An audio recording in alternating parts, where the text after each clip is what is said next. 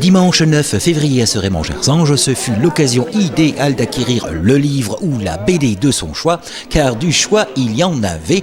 L'occasion également unique de converser avec les auteurs et illustrateurs lors de la 6e édition du Salon du livre et de la BD. Une 6e édition qui fut inaugurée en présence de toute l'équipe municipale ainsi que le conseil municipal des enfants. Que pour ceux qui sont venus cette année, continuent. Donc une inauguration, on l'a fait aujourd'hui avec y compris le conseil municipal des enfants. Je souhaite pour ma part que pour la plupart d'entre vous, qui êtes des auteurs locaux ou autres, que vous fassiez pas quelques affaires, que vous vendiez des livres de façon à sortir ou à rentrer un peu dans vos frais. Je vous remercie de votre attention. Plus d'une 60aine d'auteurs venus de la vallée de la Funch, du Grand Est, de la région parisienne, du Luxembourg ou encore de Belgique s'étaient donné rendez-vous salle Jean-Jacques Renaud de Serémont-Gerzange et avaient donc répondu favorablement à l'invitation de la commission culturelle de la municipalité. Corinne Santinon, adjointe à la culture. Énormément de personnes qui sont venues malgré l'alerte tempête à Serémont-Gerzange. Nous avons des gens de Paris, de l'Aube, de Strasbourg, du PIO, beaucoup de gens. Donc voilà, il n'y a pas qu'à Paris où l'on trouve de bons éditeurs et de bons écrivains.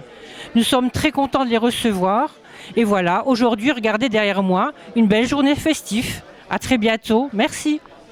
Romans, essais, littérature, jeunesse, auteurs régionaux et locaux, historiens, auteurs illustrateurs, bref, tout visiteur, quel que soit leur domaine de prédilection, pouvait donc y trouver leur bonheur livresque.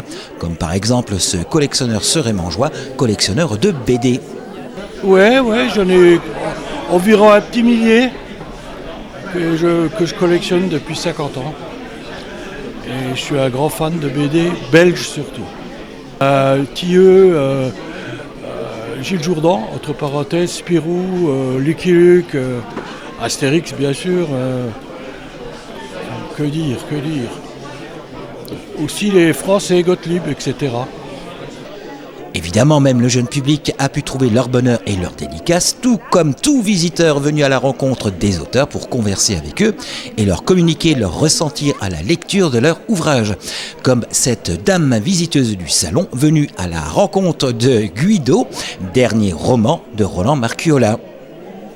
Ça m'a beaucoup plu, c'était génial, excellent. Parce que ça parle des années 50, des années qu'on aime... je ne veux pas dire qu'on aimait bien, parce que moi je suis née en 1954, donc je ne peux pas dire que... mais bon, c'est des années qui étaient belles, c'était des belles années. Moi je trouve que c'était des belles années. Au vu de l'ampleur que prend ce salon du livre serémangeois, de plus en plus d'auteurs viennent y participer, comme il y a désormais les habitués de ce salon, un salon qui leur a apporté un lectorat supplémentaire, comme par exemple Marie-Juliana pour son livre « La vie à tout prix ». Marie-Juliana, que nous avions d'ailleurs interviewé l'an passé. Oui, il a été réédité parce que j'ai eu un tellement grand succès. Je vous remercie très fort de tout ce que vous avez fait pour moi. Et franchement, c'est un miracle qu'il a été réédité. Et parmi les nouveaux auteurs venus à Serémont-Gerzange, on pouvait également faire la connaissance de Jérôme Adam pour son premier livre, Le tiroir oublié. Oui, bonjour, Jérôme Adam. Je suis un enfant du pays, toute ma famille, c'était Florange, c'est Metz, c'est Thionville.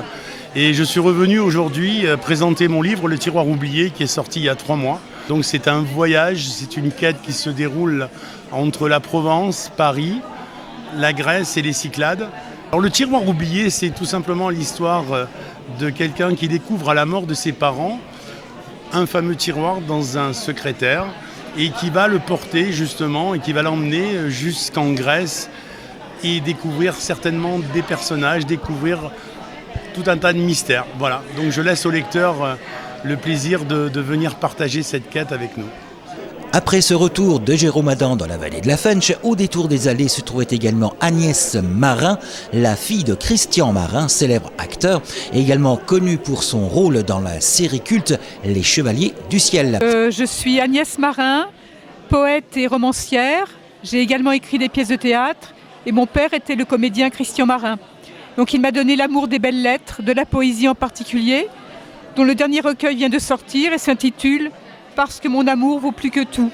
C'est une poésie très accessible qu'on peut lire à tous les âges, qui est en vers libre et qui parle des beautés de la vie et qui donne beaucoup d'espoir et d'apaisement.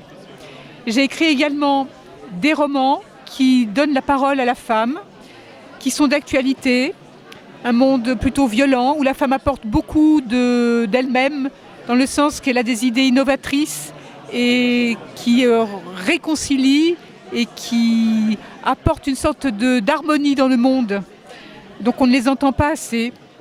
Et puis j'ai écrit aussi sur les relations familiales, l'étreinte suite au départ de mon père il y a 7 ans et qui décrit le bouleversement familial suite à son départ. Évidemment, au gré des allées étaient à découvrir également les illustrateurs comme Chouam du collectif Les Artistes Fous Associés. Je me présente, je m'appelle Cham. Je suis un membre du collectif des Artistes Fous Associés. Donc c'est un collectif qui s'est rencontré sur Internet à la base sur un forum de discussion. Donc on vient d'un peu partout en France.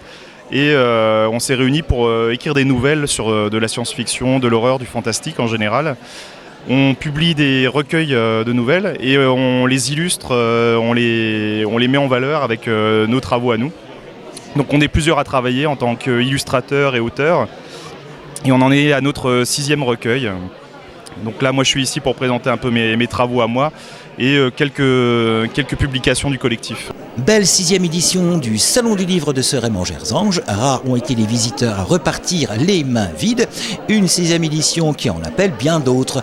Vive les livres et la culture pour tous.